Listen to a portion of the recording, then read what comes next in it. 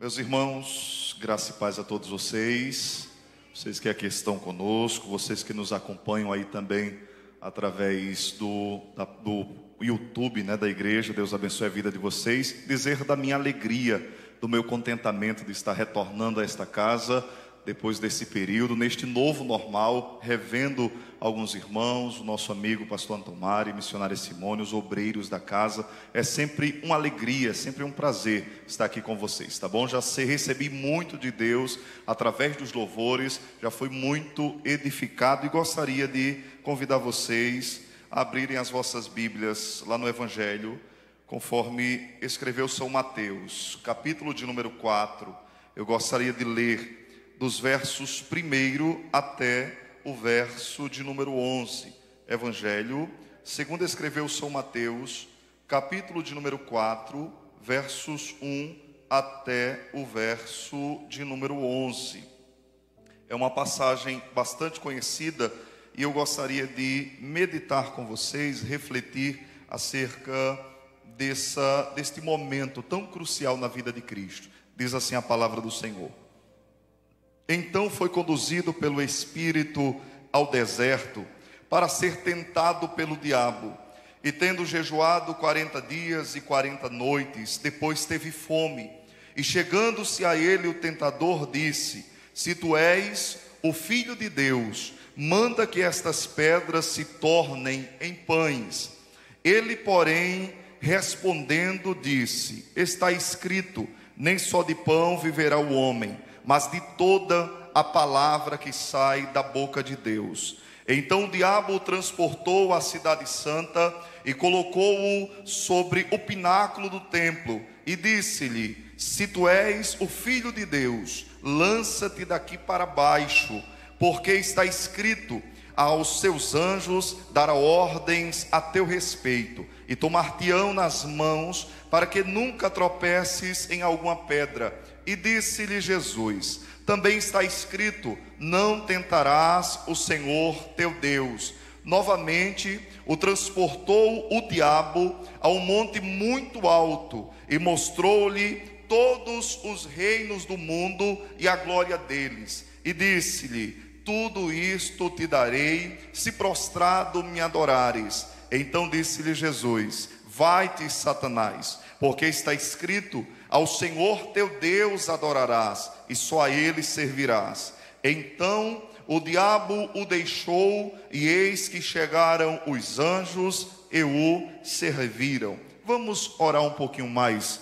Maravilhoso Deus, nós te louvamos, e em concordância com a oração do teu filho, eu me coloco à tua inteira disposição, Senhor. Aqui estamos diante da tua palavra, com os corações desejosos, com os ouvidos aguçados, aqueles que nos acompanham, Senhor, das suas casas, dos seus lares. Eu peço a tua graça, a tua bênção, que o teu Espírito Santo possa ministrar aos nossos corações nessa noite, que sejamos tocados pela tua palavra, Senhor, que o Senhor possa fazer aquilo que está além da nossa capacidade, da nossa força, porque só o Senhor tem palavra de vida eterna. Eu te peço, Senhor, que enquanto esta palavra estiver sendo ministrada, renove as forças, fortalece, dê graça, Senhor. Esta é uma quinta profética. Assim como o Senhor gerou no coração do teu filho, tenho certeza que não foi debalde, não foi em vão. Há um propósito, há um porquê, há uma razão, e eu tenho certeza de que o Senhor quer abençoar muitas vidas, Senhor.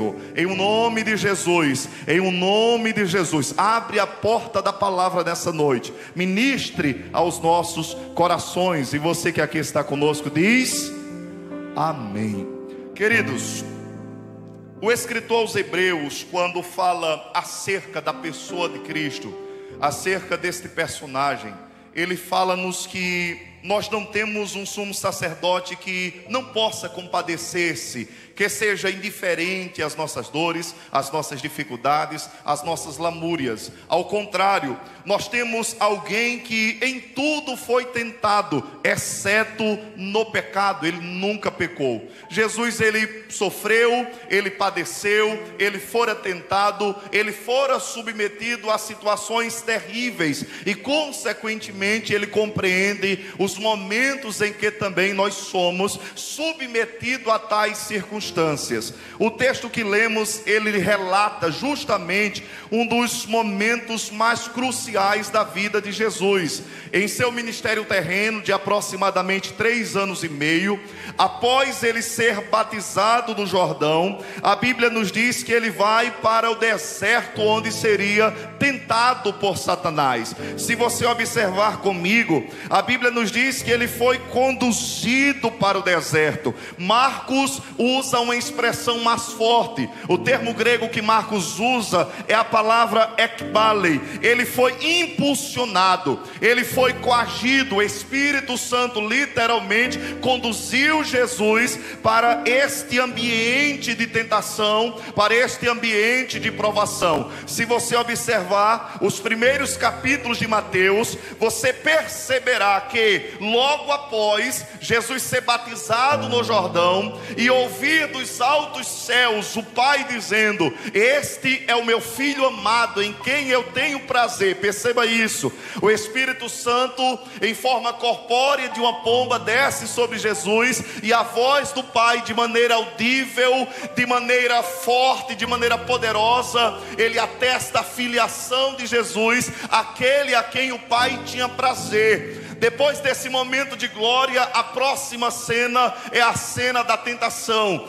Depois de um momento de glória, o próprio cenário é um cenário de provação. O próximo cenário é um cenário de dor, de dificuldade, de adversidade. O momento em que ele seria testado ao extremo. Eu gosto muito daquilo que diz William Barclay, que ele diz-nos o seguinte: uma das grandes verdades da vida é que depois de cada momento de glória se produz um momento de reação, e é nessa reação que habita o perigo. Entenda isso. Depois de momentos de glória, a reação, a consequência muitas vezes é um momento de perigo, é um momento de vulnerabilidade. Nós costumamos, depois de um grande êxito, de um grande triunfo, nós baixarmos a guarda. Lembre-se, por exemplo, de Davi. Após conquistar todos os reinos de então, após ser exitoso nas suas investidas, a Bíblia nos diz que certa feita Davi fica em casa, era tempo de guerra, mas ele acorda tarde, e é exatamente esta a causa da queda.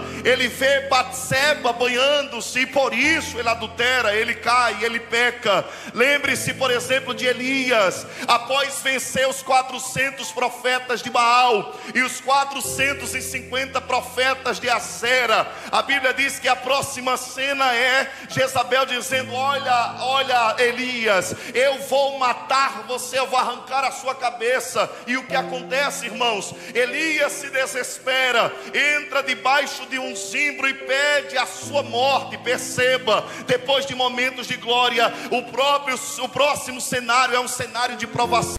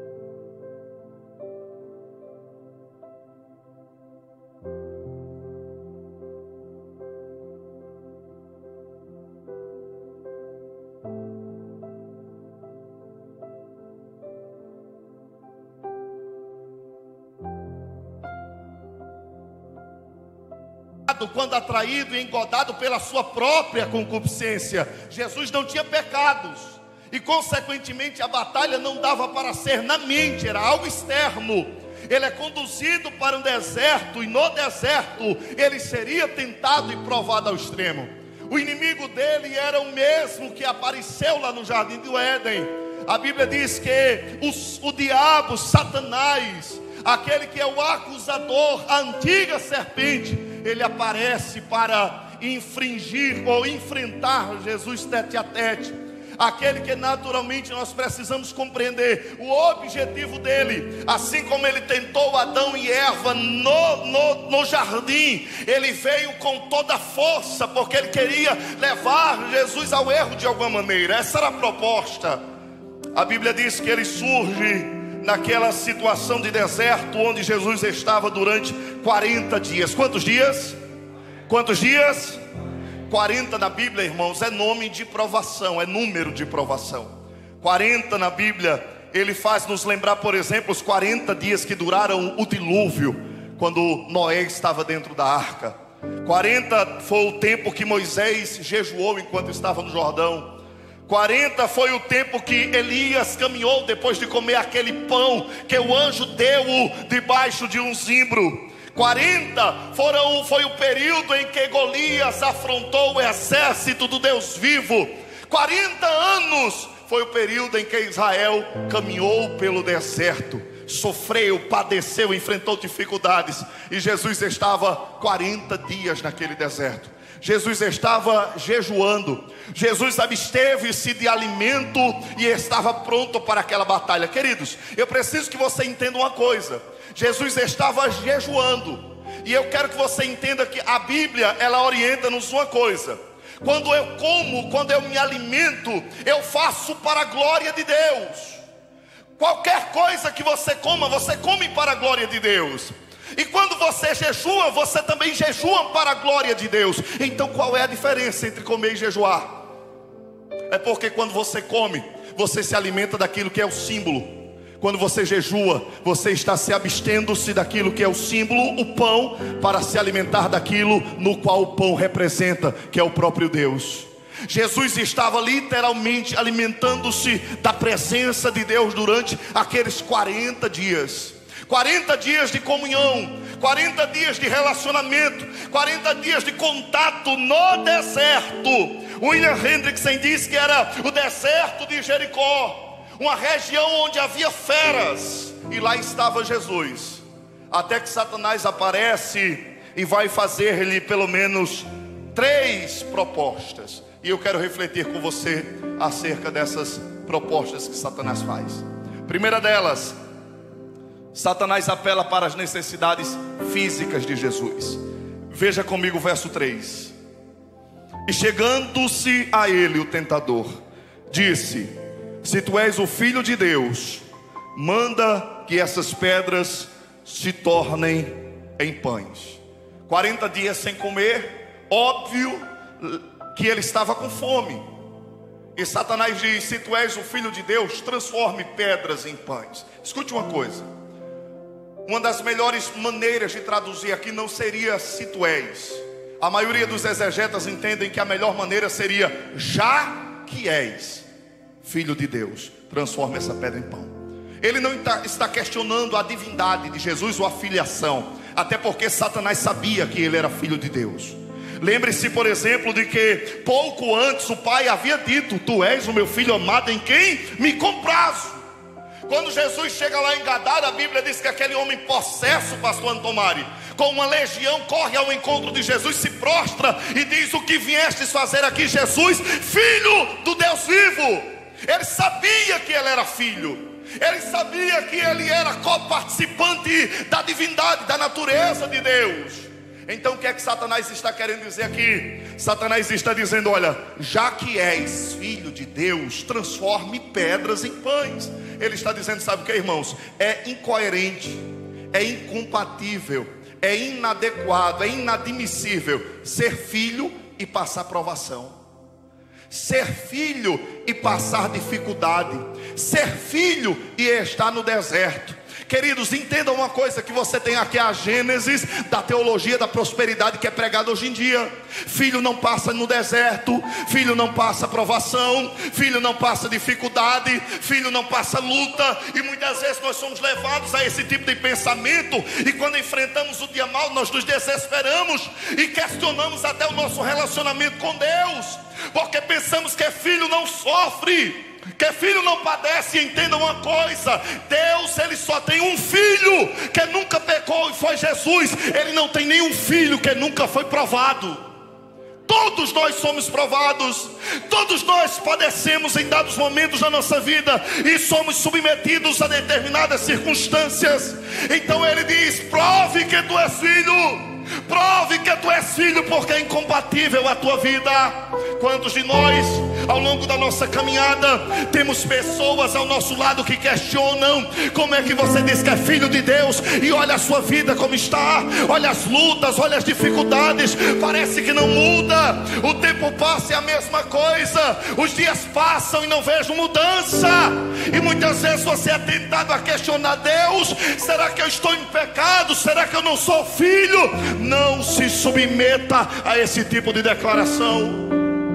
É o diabo falando, é gritando, é sussurrando nos seus ouvidos para tentar fazê-lo e fazê-la revoltar-se contra Deus. Olha o que Jesus disse para ele: Satanás, nem só de pão vive o homem. A minha vida não está consubstanciada naquilo que eu toco, naquilo que eu pego, naquilo que eu apalpo, naquilo que eu me alimento. Nem só de pão vive o homem. A minha vida não está consubstanciada, não resume-se no comer, beber, vestir. Eu me alimento do que sai da boca de Deus. Nem só de pão vive o homem, mas de toda palavra que sai da boca de Deus. E o que foi que saiu da boca de Deus? Tu és meu filho amado, em quem me comprazo. Foi isso que saiu da boca de Deus. Ainda que as circunstâncias digam não, a boca de Deus falou: eu sou filho de Deus. Estou sofrendo, sou filho de Deus. Estou padecendo, sou filho de Deus. Estou enfrentando dificuldades, sou filho de Deus. Eu preciso entender que como filho eu enfrentarei tudo isso, mas enfrentarei como um filho. Não enfrentarei como um bastardo. Não enfrentarei como alguém que não tem aliança. Não enfrentarei como alguém que está distante, dissociado de Deus. Eu enfrentarei como filho. E a palavra que sai da boca dele, que me sustenta, que me alimenta, que me mantém de pé, é a palavra que sai da boca dele. Irmãos, Israel foi provado nessas circunstâncias, em circunstâncias análogas a essa aqui, deserto. E quando faltavam as coisas, eles começavam a dizer: era melhor ter ficado no Egito, porque lá no Egito nós comíamos cebola, pepino. Lá no Egito não faltava nada. Mas agora no deserto, olha o que Deus está fazendo-nos, submetendo-nos. E Jesus está dizendo: não farei como Israel. Eu não vou me revoltar contra ele para provar para Satanás que eu sou filho de Deus. Eu não vou provar, porque é o que saiu da boca dele que me mantém de pé. Deixa eu te dizer uma coisa: o que te capacita a entrar e a sair dos desertos da vida é justamente você estar fiado na palavra de Deus. É não deixar se levar pela maneira como as pessoas avaliam-te, pela maneira como as pessoas analisam a tua vida e o teu relacionamento. Não perceba que aqueles que te ladeiem olhem para você e determine quem você é nesse relacionamento com Deus. O meu relacionamento com Deus não tem como objetivo ser provado por meio das circunstâncias que eu enfrento. Eu padeço, eu sofro, eu choro, eu se lamurio muitas vezes, mas eu sou filho de Deus. A palavra dele está sobre a minha vida. Ele está me sustentando, ele está me guardando. Levante a tua mão que eu quero liberar uma palavra de Deus sobre a sua vida. Você não vive apenas daquilo que está diante dos seus olhos, mas você vive de toda a palavra que sai da boca de Deus. É a palavra que saiu da boca dele que me alimenta e que me mantém de pé quando o deserto surge. Transforme essa pedra em pão. É uma tentação de use os seus dons e talentos para benefício próprio.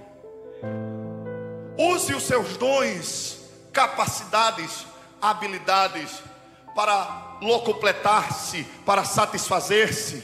Essa é a proposta. A proposta de Satanás é uma proposta que é tudo que parece que o homem Adão quer, que é egoísta por natureza. Então use aquilo que Deus lhe deu para a sua própria satisfação e prazer. Jesus nunca fez isso.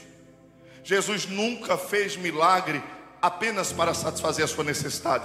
O propósito era sempre altruísta.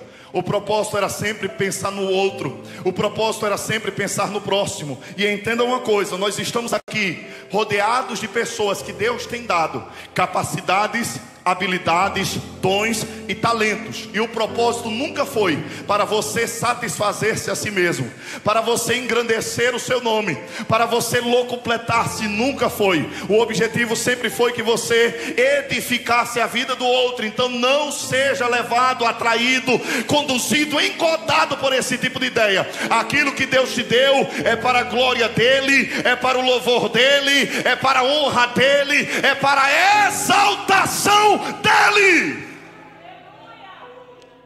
Jesus deixa bem claro: Satanás, eu não vou me submeter, não vivo só de pão, eu não sou como Israel do Antigo Testamento, eu vivo da palavra de Deus.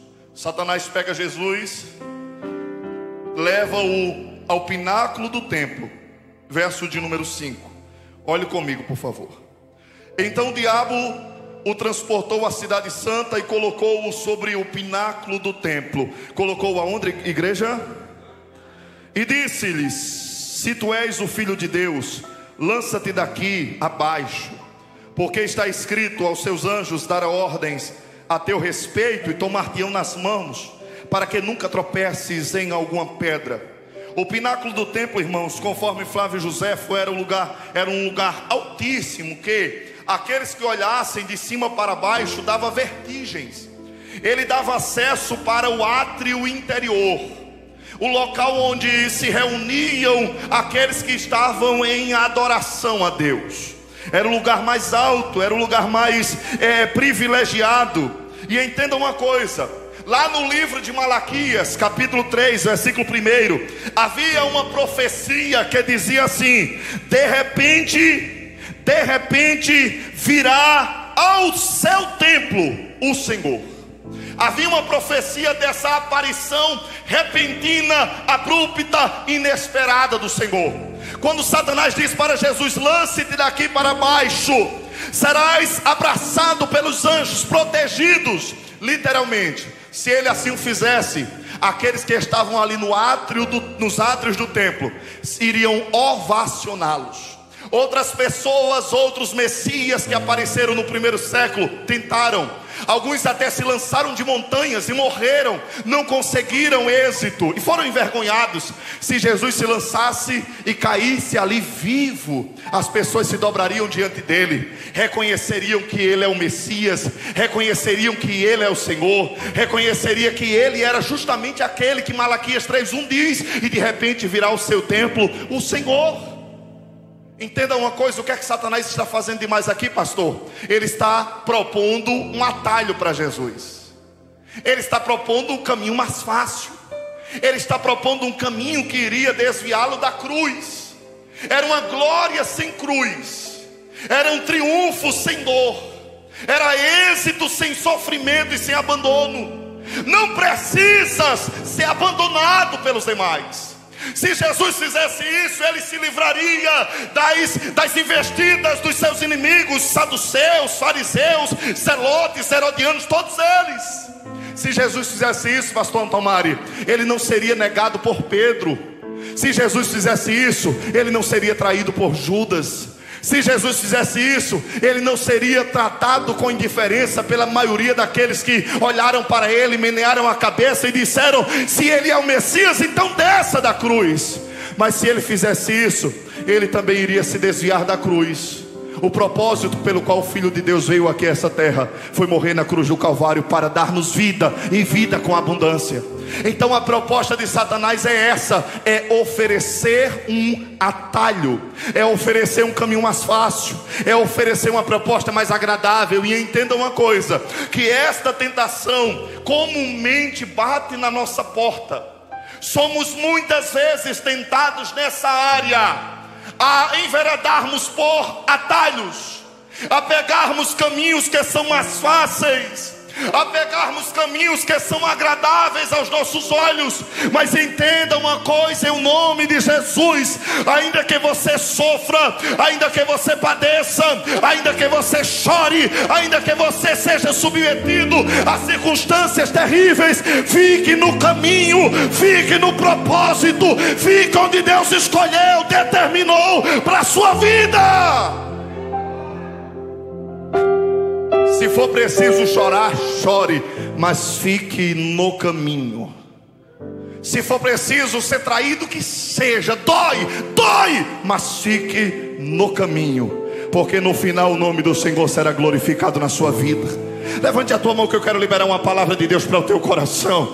Quantos que aqui estão têm sido tentados a pegar caminhos mais fáceis, veredas que são mais fáceis, iriam até te privar de dores e aflições que você tem sofrido hoje. Mas Deus está te dizendo: não sai do caminho, não sai do propósito, não sai do alvo, não abrace atalhos, porque o meu nome será glorificado na tua vida. Quem pode abrir a boca e glorificar a Deus nessa noite?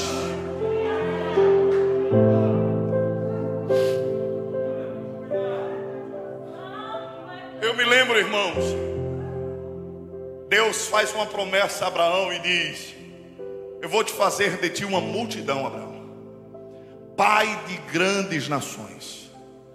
A mulher dele estéril, Abraão avançado em dias, os anos passam e nada acontece, até que, com a ida dele no Egito, ele trouxe uma serva por nome de Agar. Era justamente o atalho. Sarai chega para ele e diz: meu amor, não precisamos esperar mais, não precisamos ficar no caminho, temos aqui um atalho. Coabite com Agar, tenha filhos com ela.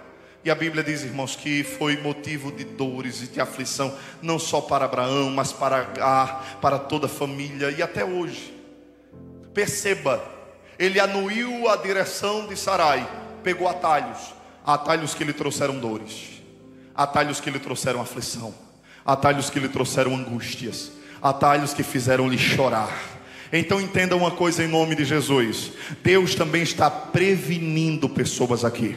Deus está dizendo para você: olha, o inimigo colocará diante dos teus olhos por estes dias atalhos, parecerão caminhos bons, propostas boas, são situações que você vai ficar boquiaberto, mas como diz o proverbialista Salomão, há caminhos que para o homem parecem bons, mas o final dele é final de morte. Pode parecer bom, pode parecer agradável, mas não é caminho de Deus. E Deus está dizendo: não saia, não abrace, não se adeque, não se enquadre, permaneça no caminho, porque quem te levou a esse deserto foi Deus, não foi o diabo. Você não é conduzido pelas circunstâncias, você não é conduzido por um acaso, não é a vida que está te levando, é o Espírito Santo de Deus que está te conduzindo. Então onde estiveres, é o Espírito Santo de Deus que está com você. Então espere, aguarde, mantenha-se firme, porque na hora certa Deus vai bradar ao teu favor. Lança-te daqui para baixo, porque está escrito. E Satanás ele faz uma exegese, uma interpretação errada do texto, uma interpretação ao seu bel prazer. Alguém já disse que a Bíblia é a mãe de todas as heresias. Quando você quer, você faz. E Satanás fez isso. Interpretou a Bíblia de maneira errada, forçando o texto, querendo levar Jesus a provar a Deus. Lança-te daqui para baixo, porque olha, Deus vai ter que fazer, Deus vai ter que agir. Lança-te, porque Deus vai ter que se submeter a esse teu capricho, e anjo vai ter que vir te socorrer. Projete-se, porque na Bíblia está dizendo isso. E Jesus entendeu uma coisa. Jesus disse: não, Satanás, também na Bíblia está escrito: não tentarás o Senhor teu Deus. Sabe o que é que Jesus está dizendo? Lançar-se ao perigo, ao bel prazer, é tentar Deus. Lançar-se ao perigo no intento de que, olha, não, eu sou filho de Deus, então eu vou fazer o que eu quero. É literalmente tentar Deus. Por que é que nós estamos aqui? Respeitando as normas que foram nos dadas, usando máscara, distanciamento, porque somos filhos.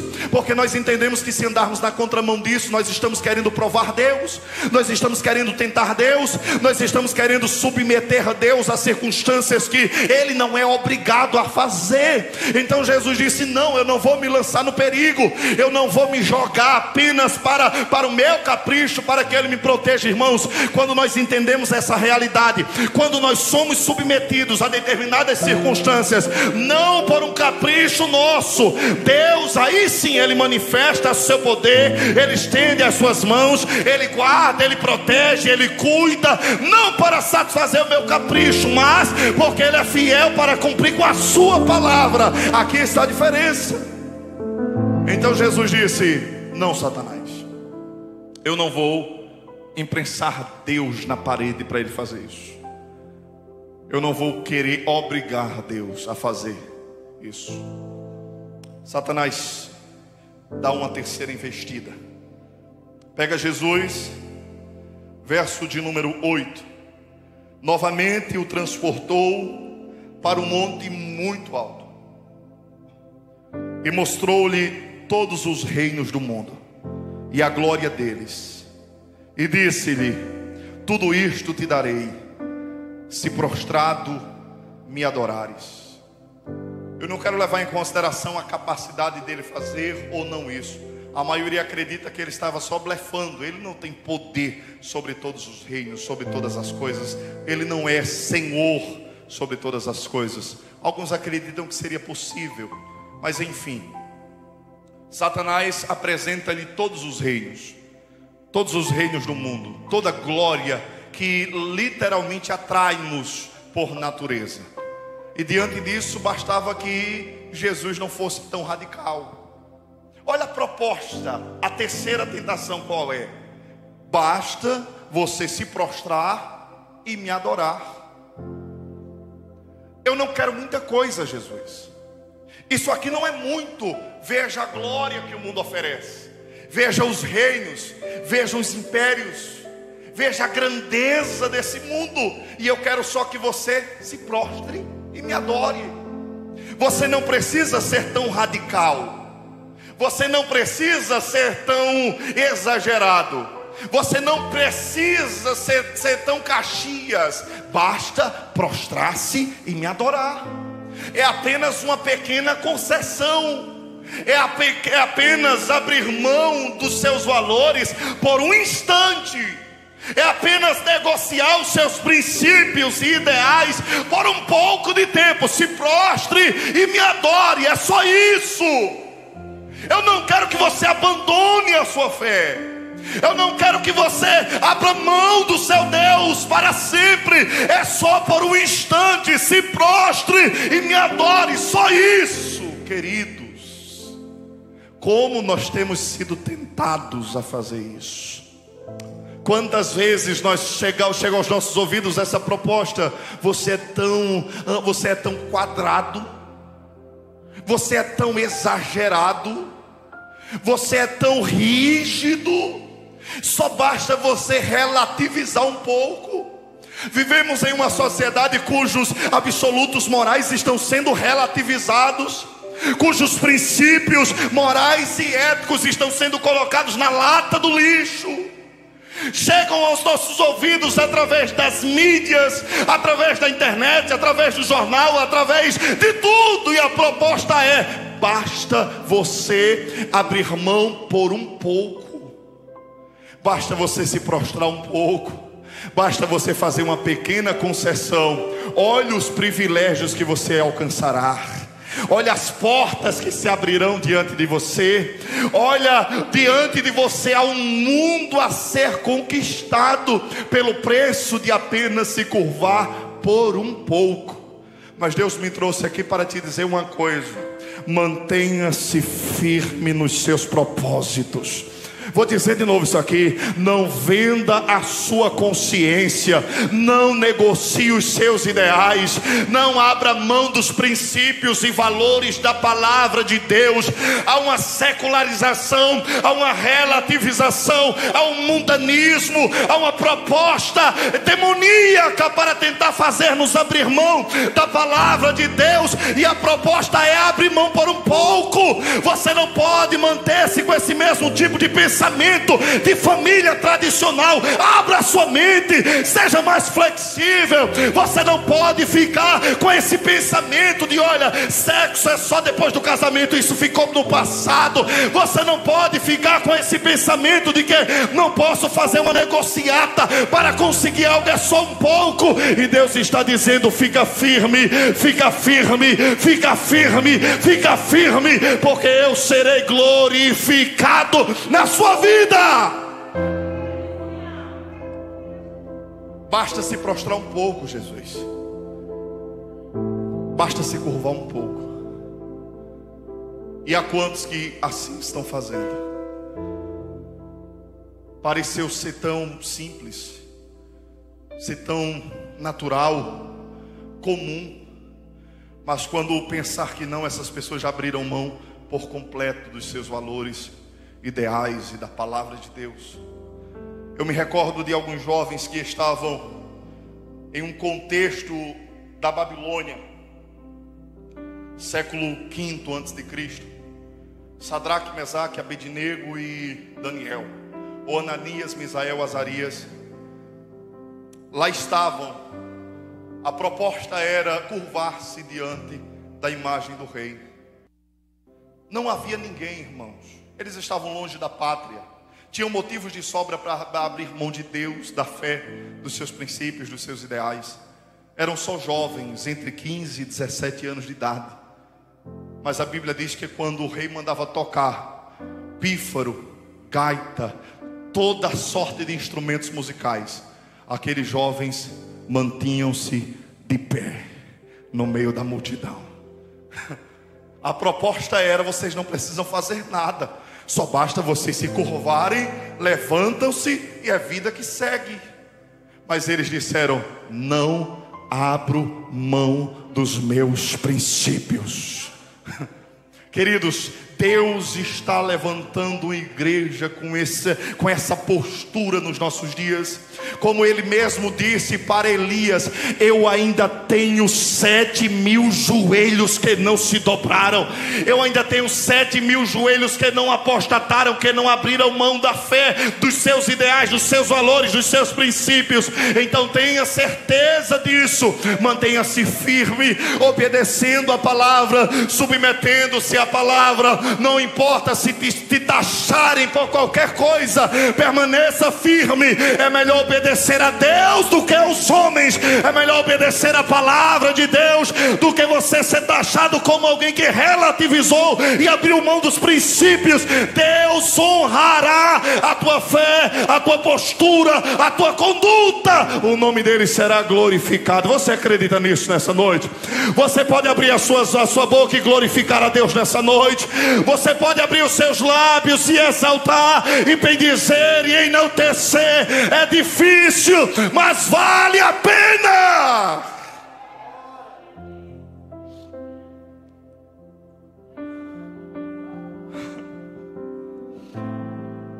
A maneira como Jesus venceu foi simples, natural, tão óbvia.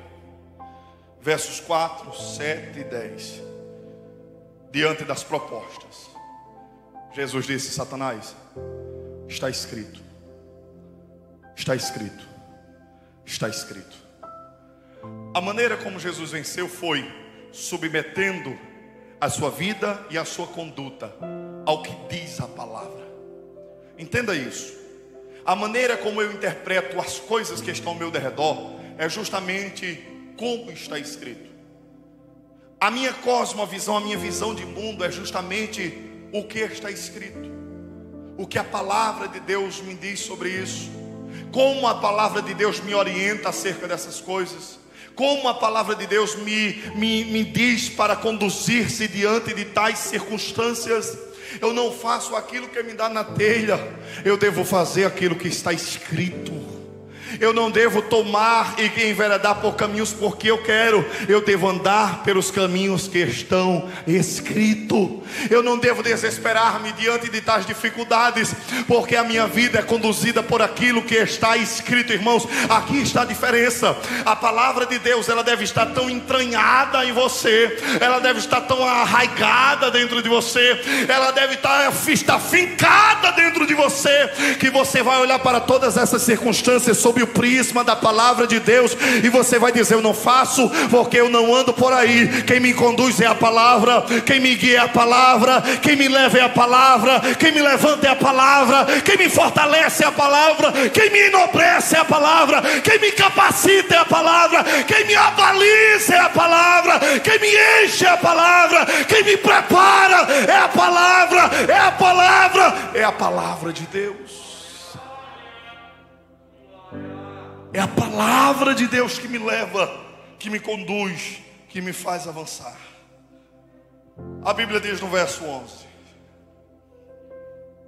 então, depois de todas essas investidas, o diabo deixou. Lucas, quando escreve essa mesma passagem, Lucas diz assim: o deixou por algum tempo. Ele voltará. Ele veio, investiu, perdeu, depois ele vai mostrar a sua carranca mais uma vez.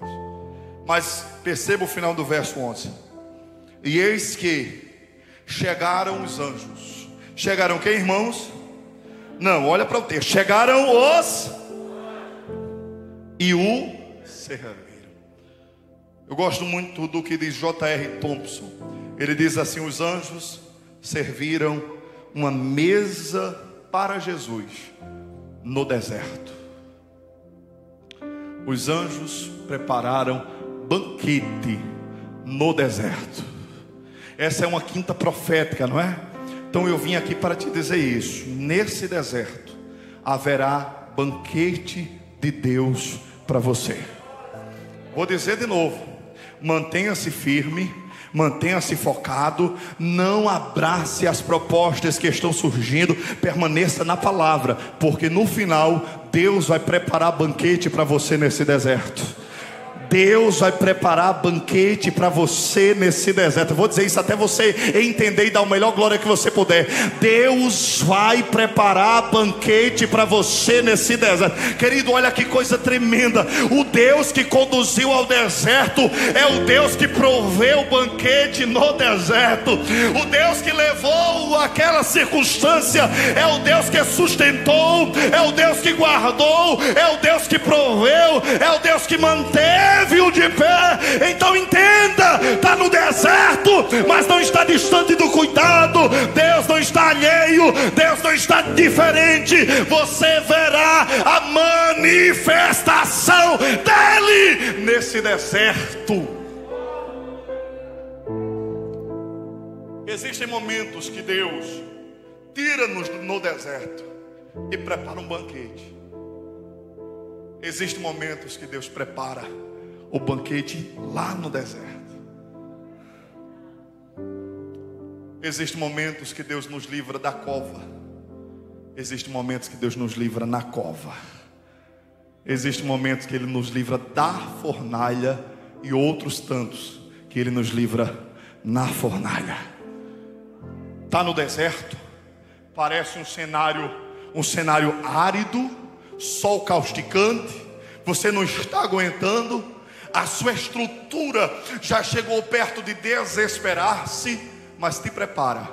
Deus enviará cuidado, socorro.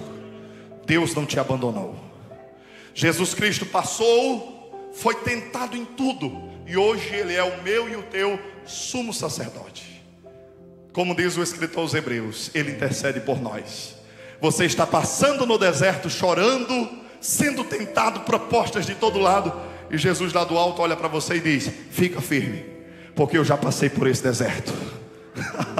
Fica firme, porque eu sei onde vai dar isso aí. Fica firme, porque vale a pena ser fiel a Deus. Fica firme, porque no final você glorificará o Senhor. Fica firme, porque no final você verá que a provisão de Deus chegou. Fica firme, porque depois você perceberá que o inimigo, ele pode vir contra você, mas como diz o salmista: 1000 cairão ao teu lado, 10.000 à tua direita, mas você não será atingido.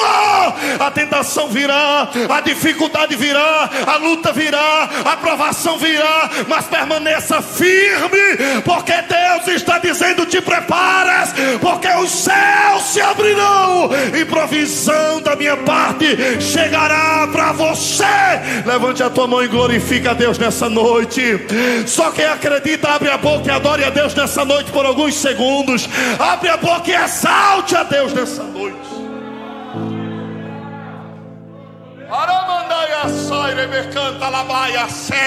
O Espírito de Deus está na casa, querido, nos enchendo da presença, nos fortalecendo, nos capacitando. Deixa eu orar por você.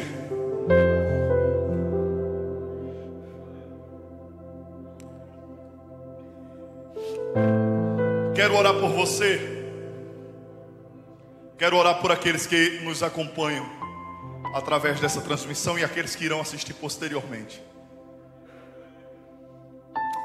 Que Deus nos dê discernimento para entender quais são as portas que Ele abre, quais são as propostas do inimigo para nos levar para distantes dele. É como dizia Billy Graham: toda vez que o homem quer fugir da presença de Deus, parece que o diabo já tem um barco na beira da praia esperando.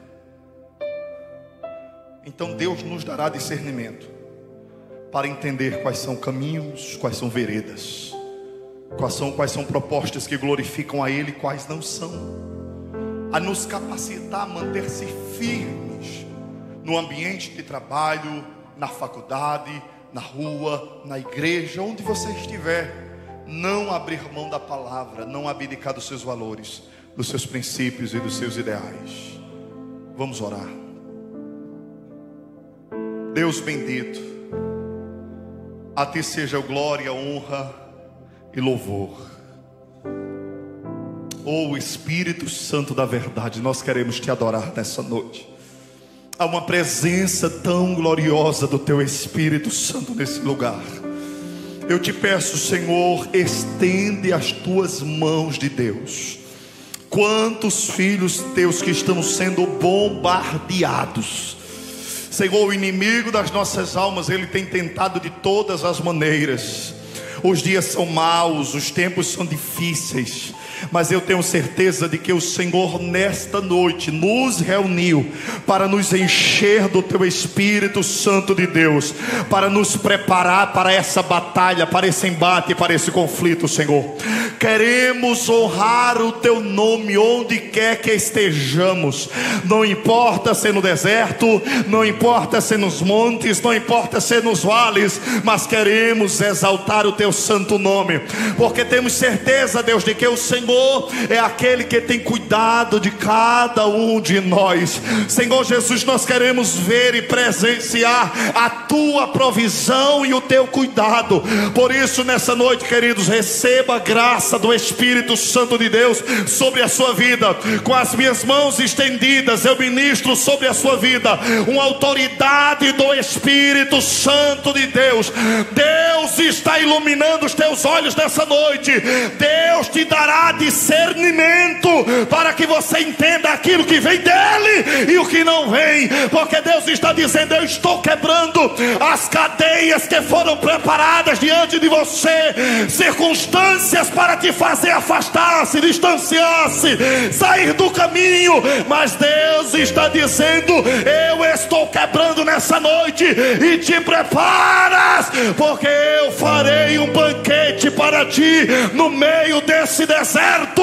E se você acredita nisso, levante as duas mãos para o alto e por 30 segundos faz barulho de adoração a Deus, a Deus, a Deus, a Deus, a Deus, a Deus, a Deus. Abre a tua boca e glorifica Ele. Abre a tua boca e glorifica a esse Deus.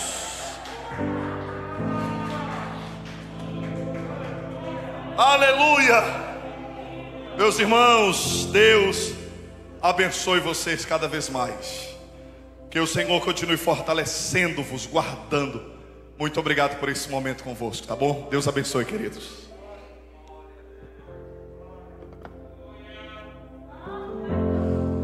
Aleluia.